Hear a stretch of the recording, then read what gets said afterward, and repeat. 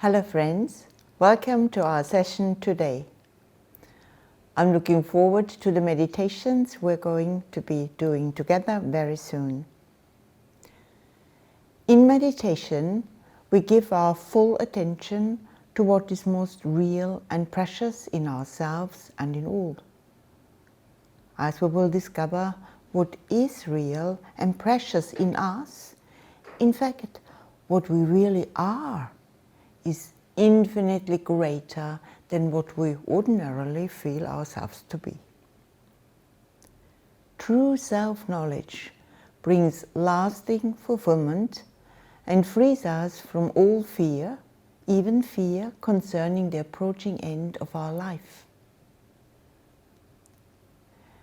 It is sometimes said that the non-dual teachings present a kind of theory, and that our meditations and other practices are like the experiments through which we may confirm for ourselves the truth of the great hypothesis. There is some validity in this view. It rightly recognizes that on this path, each of us makes our own investigations and our own discoveries. And rigid ideas about ultimate reality are an obstacle, not a solution. Yet the parallels with physical theories and research are not complete. There are important differences. What are they?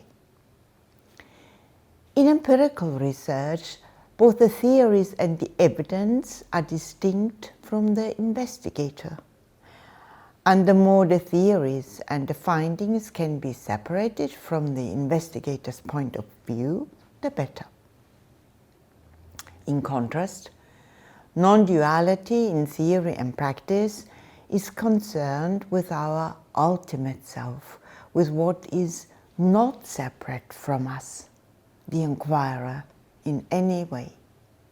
All separation is what we are seeking to overcome. Another point is that the physical investigator is looking for empirical evidence which corresponds to the theory.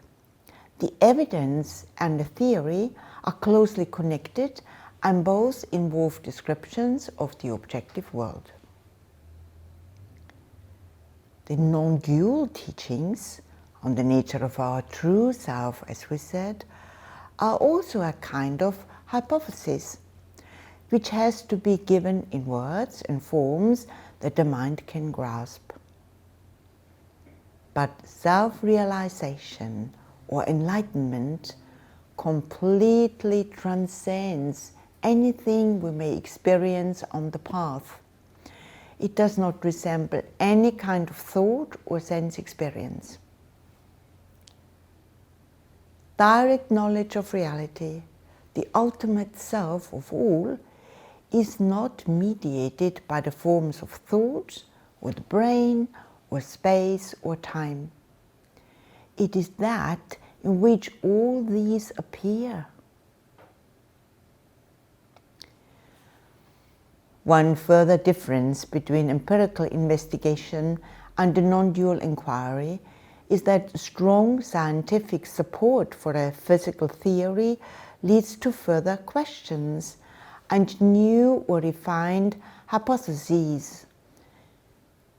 In contrast, the ultimate self-knowledge is absolute and final. Regarding the reality status of the world and the nature of the self, it leaves nothing further to be known, nor can it ever be lost. So there is a gap, a radical divide between investigation on the path to enlightenment and the final discovery. A gap which does not occur in the exploration of nature. This means that the final non-dual discovery cannot be shared directly. It doesn't fit any conventional form of thought and communication. Students of nature given the required aptitude and perseverance, can in principle be led step by step from a rudimentary level to a full understanding of the latest discoveries. In the case of the non-dual inquiry, the teachings can indicate the way, but there is, as we just noticed, a point beyond which the senses and mind and all knowledge that can be demonstrated publicly cannot go. In our scientific technological world, there is a distrust of anything that is not supported by independent evidence. And this is a healthy attitude in its right place. But it should be clear that if we seek rational and empirical demonstrations where reason and the senses do not apply, only difficulties and confusion can result. Questions arise. Is the ultimate truth really there to be found? Is it worthy of our highest devotion and efforts?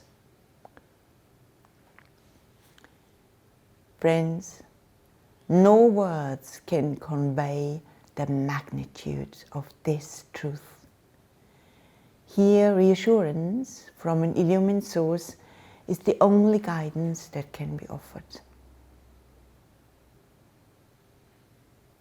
There is a way to the realization of this truth, which is open to all of us. It involves the cultivation of certain qualities of mind. One of these great life skills and keys to liberation is called in Sanskrit Shraddha. This word Shraddha is often translated as faith or trust, but those words do not convey the full meaning and may have some unhelpful associations. True Shraddha grows from an understanding of what we have just been considering in the non-dual inquiry. There is a point beyond which there can be no complete explanations and public demonstrations. Only indications are possible. Shraddha is the inner balance, clarity, and readiness to go on in the light of higher guidance, to the goal of absolute inner freedom and illumination. How do we develop Shraddha? It is by using all our powers of observation and reason in the right way up to their limit. We are offered guidance from an illumined source. Then it is up to us to absorb what we have heard, and we do this by carefully thinking and feeling how it applies to us personally. The non-dual teachings explain how our human situation comes about, and we find ourselves to be apparently isolated individuals, vulnerable and mortal, within a vast cosmos.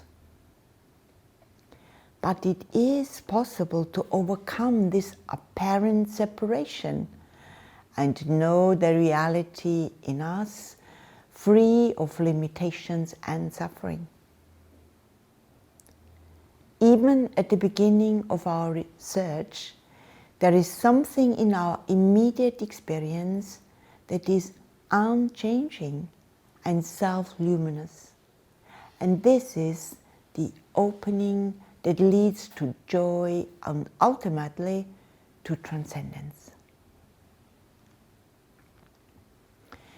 It is for each of us to consider these teachings, and if we find them meaningful and satisfying, to assimilate and apply them.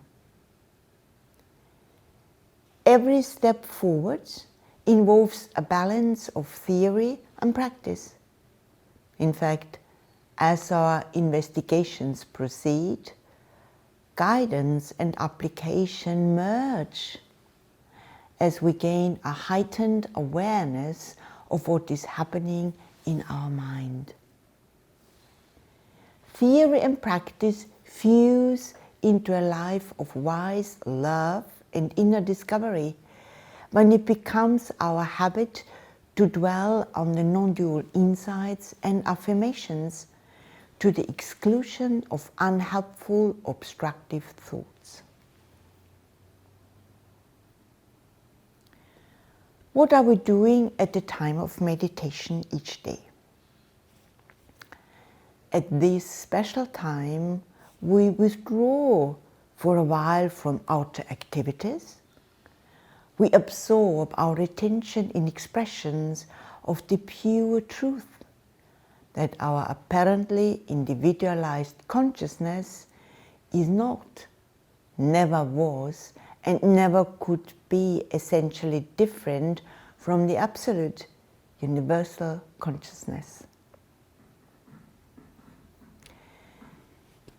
Friends, I would like to consider one of the challenges we are likely to meet on the path and how we can overcome it. Put simply, it is that much of the time we have a strong feeling that we are our mind and no more, that our thoughts and feelings, our joys and sufferings are what we are. This conviction constantly challenges the teaching and our aspiration to realize that we're much more than the mind and are ultimately not bound by its limitations. But if we think about this with care and guidance, how could the one consciousness that is aware equally of all the changing experiences itself be a changing object? And yet, however reasonable and appealing we find these teachings, it may still feel that they're just a theory and that a theoretical idea is not strong enough to overcome the real feeling that we are our mind and that what limits the mind limits us. And so we may find ourselves immobilized, half consciously waiting and hoping for a solution to this problem, which prevents us from progressing on the path.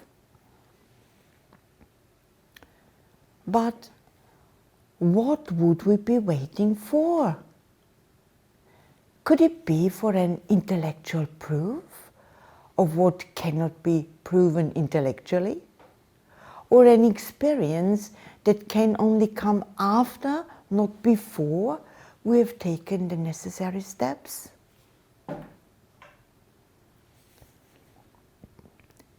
The solution to this lingering doubt cannot be the kind of proof that we might expect in the course of empirical investigation.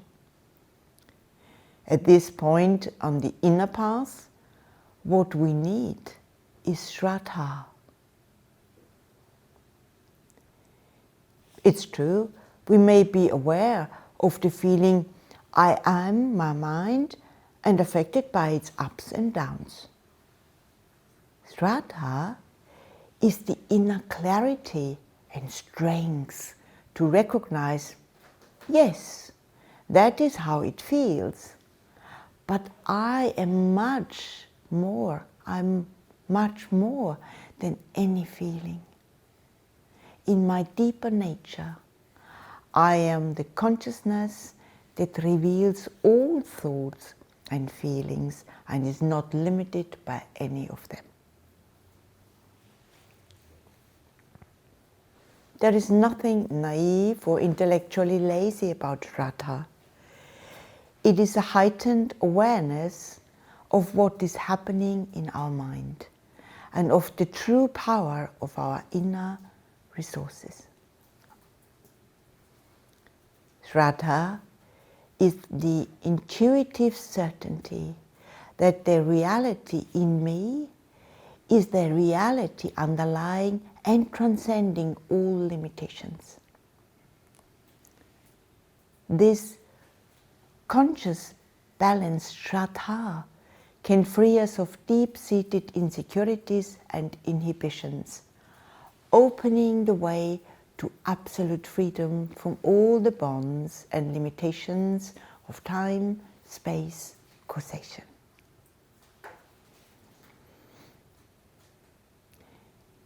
Friends, as we found, this inner inquiry leading to self-fulfillment is a balance of theory and practice, guidance and application. So let us now turn to our practices. We are always advised to begin the session with a preparation. Part of the reason for this is the difference we noticed earlier between what is logical and practical when dealing with the outer world and what is needed on the inner path. In worldly affairs, our mind is in charge. Turning within, we carefully investigate the limits of the mind and what lies beyond those limits. Our preparation is to consciously make this adjustment. We can do so today by focusing for a moment or two on this thought. My mind is lit by an inner light that reveals both day and night, physical light and darkness. There is a power that runs through the universe, and my own being reverence to that light and power. For a few moments, let us reflect together on this and its significance. My mind is lit by an inner light that reveals both day and night, physical light and darkness. There is a power that runs through the universe, and my own being reverence to that light and power.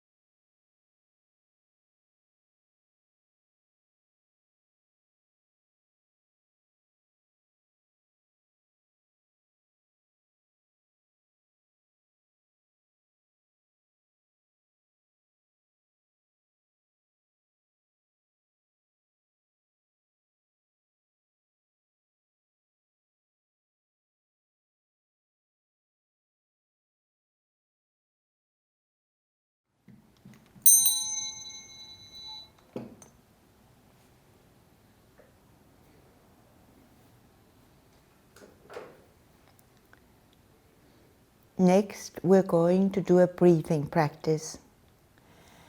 Become aware of your breath. As you breathe in, Feel your abdomen and chest expand and hear the sound of the breath entering your body. When you have breathed in fully, pause for a moment and listen to the inner quiet. Breathe out, again hearing the sound of the breath. Pause for a moment and listen to the inner quiet before the next in-breath. As you breathe, if you become aware of any tensions in your body, let them fade away. Keep your attention focused on your breathing and try to take a break from habitual thinking. If thoughts come in, go back to the breath. Feel your abdomen and chest expanding and emptying. Hear the sound of the breath and the quiet in between. And we'll do this for 3 minutes together now.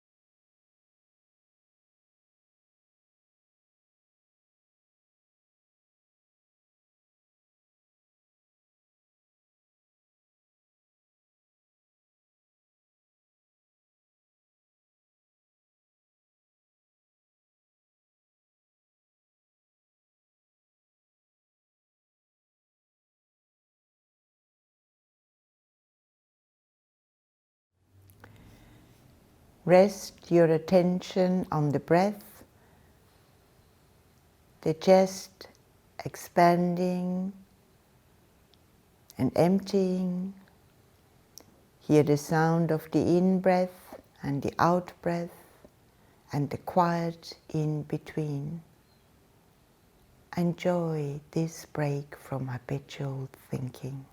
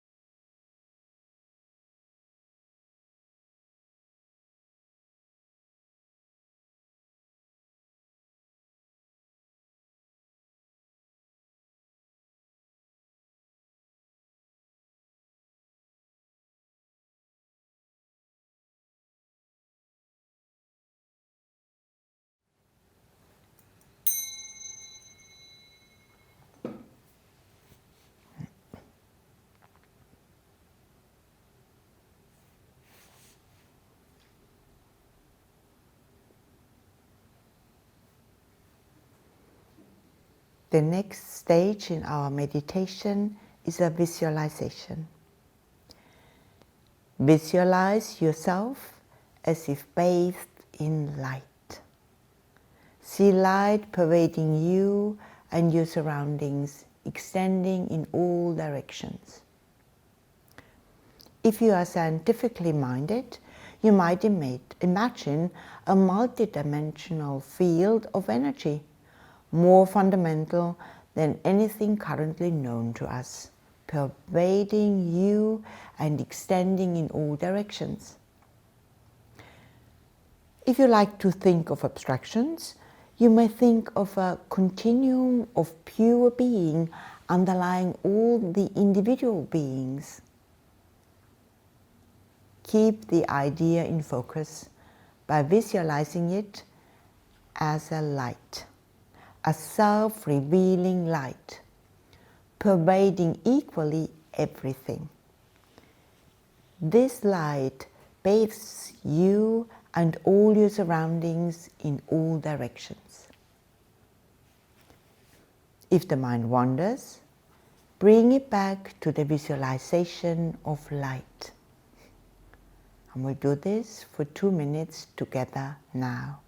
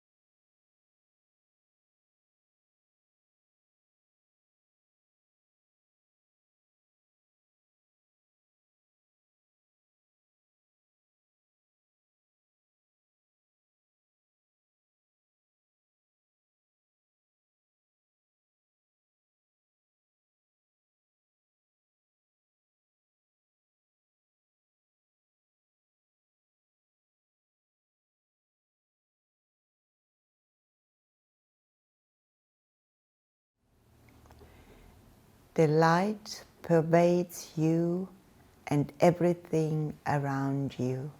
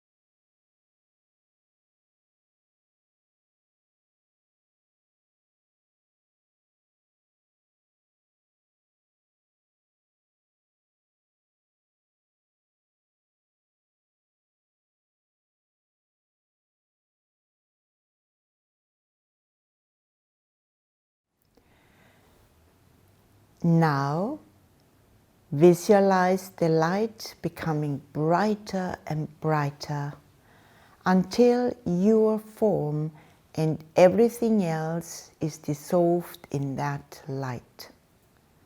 Now, there is only light.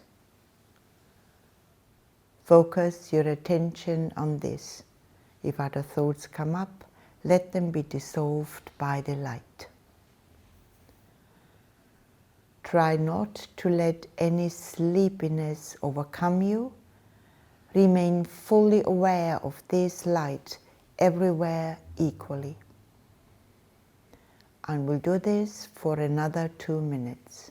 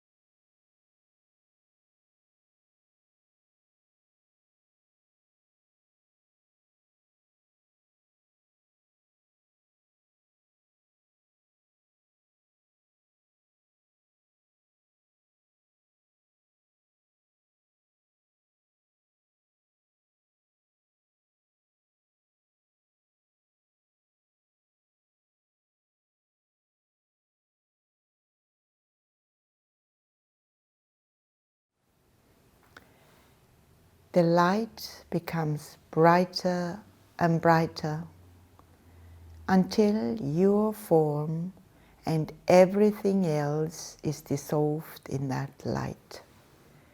There is only light.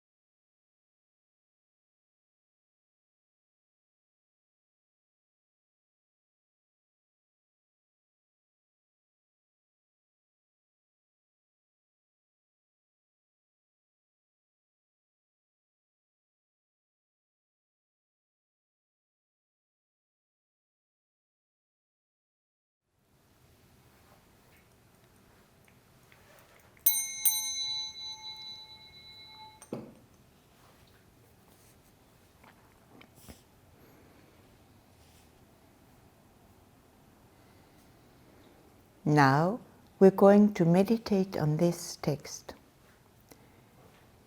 In the stillness and depth of my being, where thought is left behind, shines eternally the light of lights, my true self.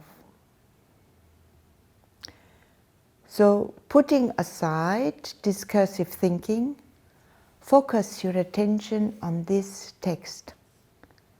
Repeat the words a few times so that the text is established in your mind.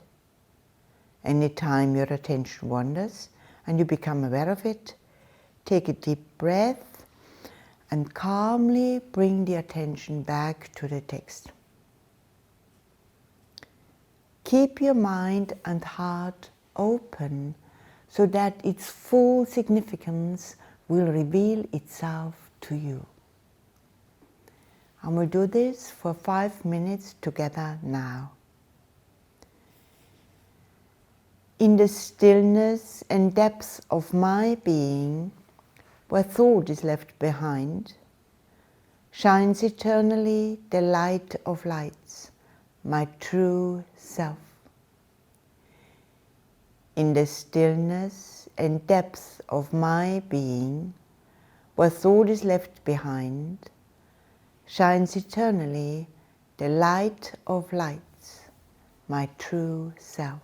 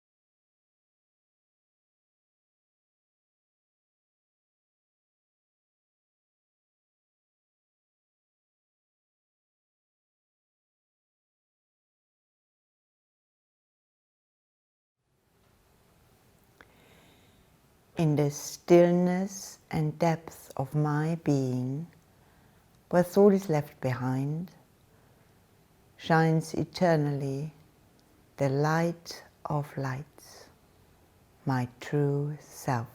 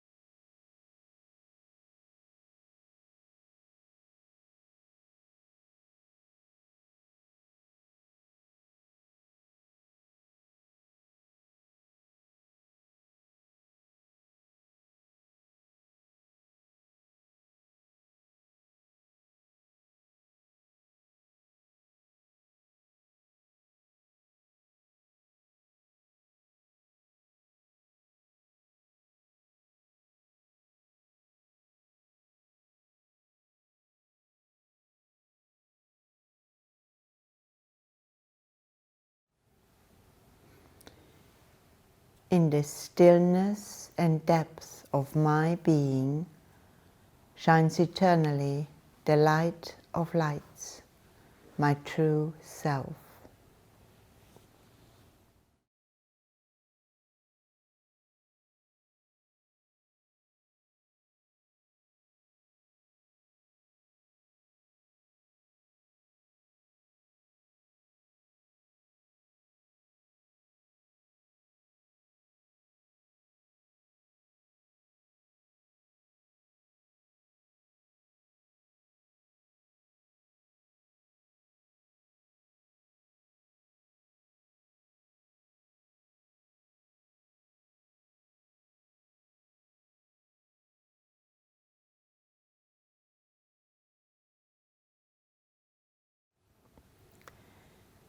The light of lights, my true self.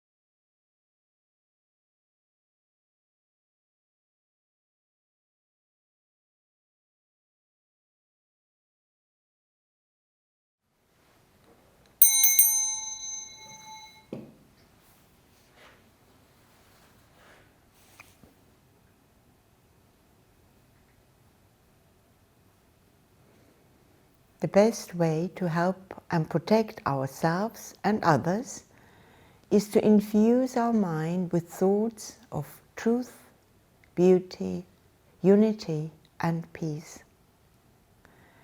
And we will be inspired by such thoughts through the expanding light that has its source in our own being. So let us close our meditation and resume our roles in the world by willing for a moment or two that everyone everywhere may find inwardly what is best for them. May everyone everywhere find inwardly what is best for them.